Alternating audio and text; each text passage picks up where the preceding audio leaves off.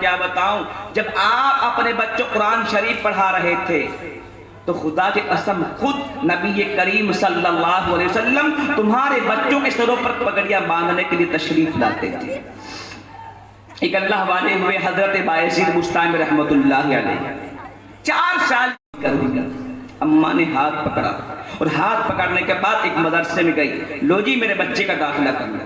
बच्चे का दाखिला हुआ तो फिर गई उस्ताद के पास, हजरत जी बच्चे के सर पे बाप का साया नहीं है, मेरा अकेला बेटा है, मैं इसको चाहती हूँ कि ये नबी का आशिक बन जाए, कुरान का दीवाना बन जाए, कुरान का हाफिज बन जाए, उसके माना मतालिब समझने वाला बन जाए।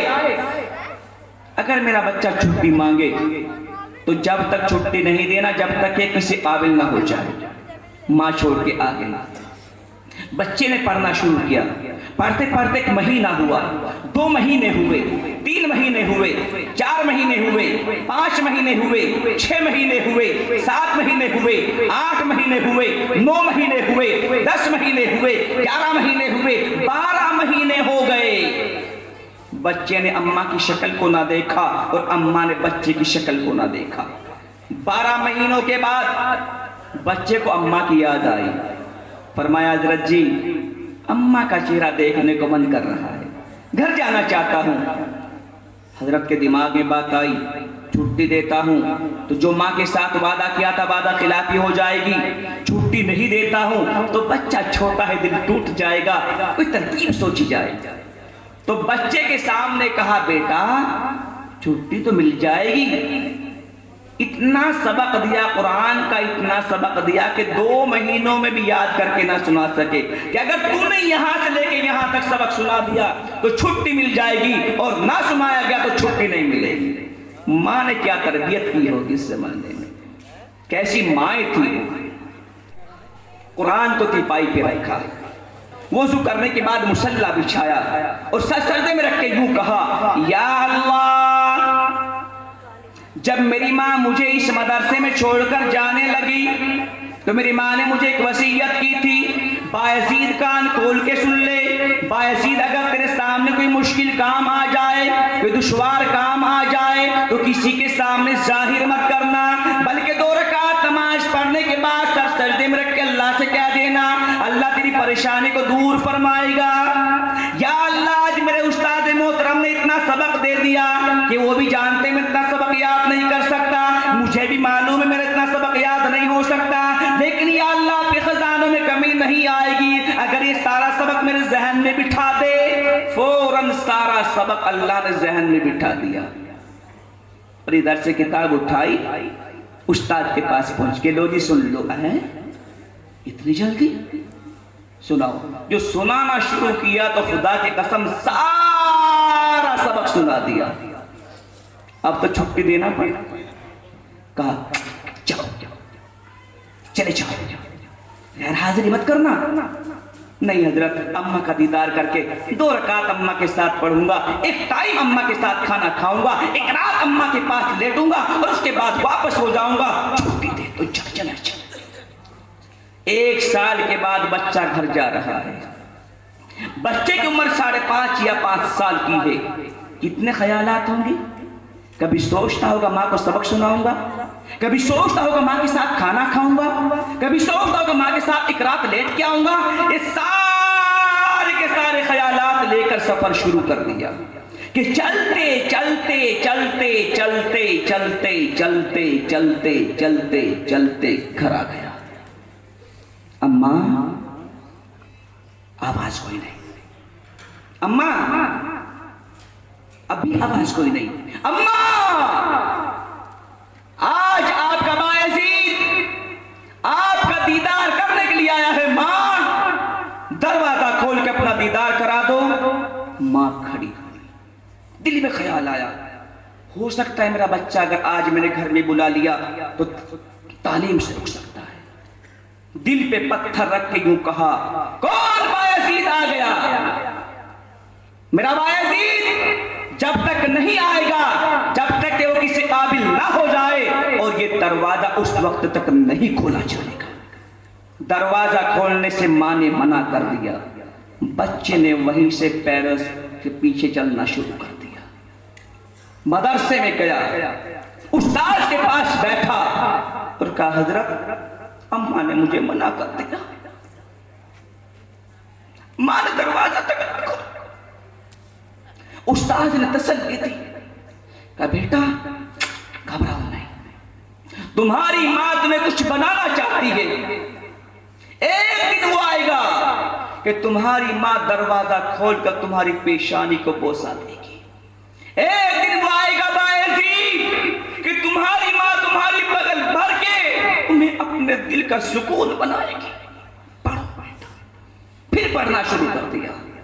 फिर पढ़ते पढ़ते 1 साल हुआ, 2 साल हुए, 3 साल हुए, 4 साल हुए, 5 साल हुए, 6 साल हुए, 7 साल हुए, 8 साल हुए, 9 साल हुए, 10 साल हुए, 11 साल हुए, 12 साल हुए, 13 साल हुए, 14 साल हुए, 15 साल हुए, 16 साल हो गए। बायज़ीद ने मां की शक्ल को ना देखा और मां ने बायज़ीद की शक्ल को ना देखा। कभी पढ़ाया आप लोगों ने कुरान को? 16 साल के बाद बायज़ीद के उस्ताद सो रहे थे,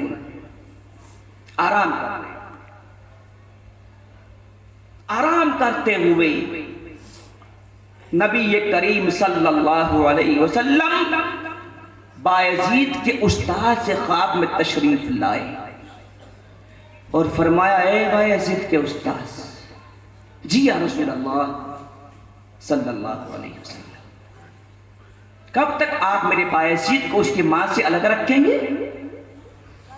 क्या आज तक मेरा बायज़ीद इससे काबिल नहीं हुआ? सुन, जैसे ही आपकी आंख खुले तो अपने सर की पगड़ी को मेरे बायज़ीद के सर के ऊपर रख के कह दे, जा तुझे आज नबी ने सनद अता कर दी है अपनी मां का दीदार करने।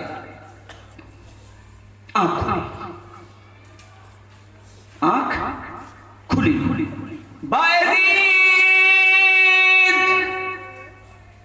जी उस्ताद मोहतरम इधर आइए। बायज़ीद उस्ताद के पास अदबन खड़ा हो गया, देखा कि उस्ताद की आंखों से आंसू आ रहे हैं, अपने सर की पगड़ी को उस्ताद उतार रहे हैं और बायज़ीद के सर के ऊपर रख रहे हैं। फरमाया, हज़रत ये क्या कर रहे हो, क्या मामला है? कि बेटा कुछ नहीं, कि नहीं बताना पड़ेगा। फरमाया, बेटा अभी अभी मैं आराम कर रहा था, मेरी नींद में